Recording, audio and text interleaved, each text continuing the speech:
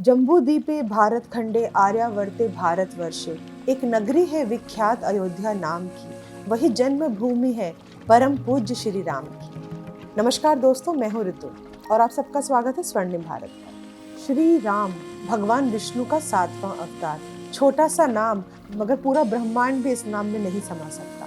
अयोध्या को साकेत और राम नगरी भी कहा जाता है। भगवान श्री राम का अयोध्या में जन्म हुआ था और अयोध्या वासी भगवान को भगवान के बाल रूप में ही पूजते हैं। अब भगवान श्री राम को राम लल्ला कहते हैं। भारत के यूपी राज्य में अयोध्या एक बहुत ही हिस्टोरिक और धार्मिक दृष्टि से महत्वपूर्ण नगर है। ये पवित्र सरयू नदी के तट पर बसा हुआ है। इतिहास में इसे कौशल जनपद भी कहते थे। रामायण और रामायण से जुड़े सारे महाकाव्यों में अयोध्या को राम की जन्मभूमि बताई गई है। लोग हमें हिंदू बुलाते हैं मगर हम सब सनातनी हैं, यानी कि सनातन धर्म को फॉलो करने वाले।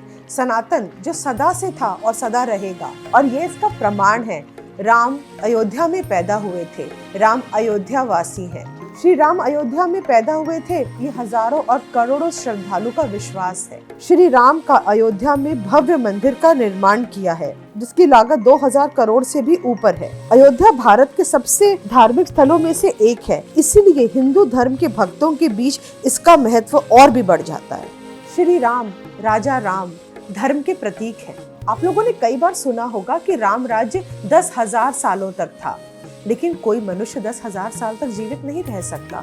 तो हम ऐसा क्यों कहते हैं कि श्री राम ने 10,000 साल तक अयोध्या पे राज्य किया था? माना जाता है जब कैकेयी ने श्री राम जी को वनवास दिया तो उनकी उम्र 25 साल थी और उन्हें 14 वर्ष का वनवास मिला, यानी कि जब वो वापस आए तो उनकी उम्र थी 39 ईयर्स और भगवान श्री राम ने 30 ईयर्स और 6 मंथ्स तक अयोध्या में शासन किया। हिंदू पुराणों के अनुसार अगर कोई भी राजा बहुत ही धर्म से अपना कार्य निभाता है, बहुत ही धर्म में होकर अपने राज्य में रूल करता है, तो उसका एक दिन एक वर्ष के बराबर है, यानी कि 1 day is equal to 365 days. और भगवान ने 30 ईयर्स 6 मंथ्स तक राज्य किया था। 30 years 0.6 मल्टीप्लाई बाय 365 11169। इसलिए भगवान श्री राम ने 10,000 साल तक राज्य किया था, ऐसा लोग मानते हैं। भगवान श्री राम का स्वभाव बहुत ही शांत था। वो अपने तीनों भाइयों में से सबसे बड़े थे। भरत, लक्ष्मण और शत्रुघ्न उन्हें पिता के समान ही मानते थे और उनकी एक बहन भी थी जिनका नाम शांता था। 5 अगस्त 2020 में पीएम मोदी ने भूमि पूजन का अनुष्ठान किया और तब से कंस्ट्रक्शन स्टार्ट हुआ। लगभग 3 साल 6 महीने में ये पूरा मंदिर का कार्य पूरा हो जाएगा। पुरातत्व विभाग यानी कि ASI ने वहां पर इतने रिमेन्स और इतने सबूत निकाले हमारे एंशिएंट टेम्पल के, जो राम जन्मभूमि का प्रमाण देते हैं। अभी तक लगभग 60% काम पूरा हो गया है। मूर्तिकारों ने वहाँ पे बहुत ही सुंदर मूर्तियां बनाई है मंदिर की दीवारों पर, और इसका उद्घाटन बहुत ही भव्य रूप में किया जाएगा। कई कंट्रीज के प्रेसिडेंट और प्राइम मिनिस्टर इस उद्घाटन में पार्टिसिपेट करेंगे। इस मंदिर के सारे डिसीजन मेकिंग राम जन्मभूमि तीर्थ क्षेत्र ट्रस्ट के अंदर आती है। हम सब जानते हैं भारत में one of the tallest statue of the world है, जो स्टैच्यू ऑफ यूनिटी है, जो लगभग 182 मीटर्स टॉल है, जो गुजरात में स्थित है। यूपी के चीफ मिनिस्टर योगी आदित्यनाथ ने डिसाइड किया वहाँ पर भगवान श्री राम का स्टैच्यू बनाएंगे, जो स्टैच्यू ऑफ यूनिटी से भी बड़ा होगा, जो हमारे सनातन धर्म का एक प्रतीक होगा। और ये सारे हिंदुओं के लिए बहुत ही गर्व की बात है कि भगवान श्री राम की इतनी बड़ी प्रतिमा बनने जा रही है। इस स्टैच्यू की टोटल हाइट होगी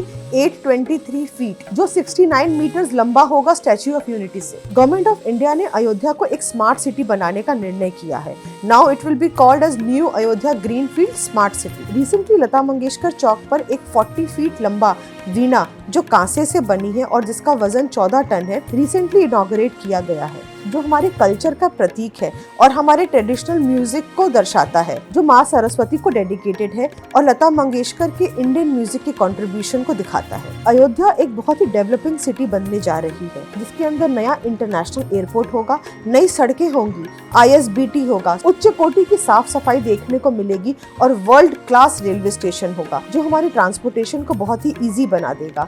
this will be adding a new chapter in Indian history, specially for Uttar Pradesh, mainly Ayodhya. ये सारे हिंदुओं के लिए ट्रैवल बहुत ही कंफर्टेबल बना देगा, ना कि देश में रहने वाले लोगों के लिए बल्कि विदेश से आने वाले हिंदुओं के लिए भी अयोध्या जाना बहुत ही आसान हो जाएगा। जो भी डेवलपमेंट्स और कंट्रीब्यूशन हमारी गवर्नमेंट ने अयोध्या के लिए किया है, वो तो सराहनीय है ही, और हम उम्मीद करते हैं कि जल्दी से सारे निर्माण कार्य पूरे हो जाएं और हम भगवान की जन्मभूमि के दर्शन अति शीघ्र कर पाएं।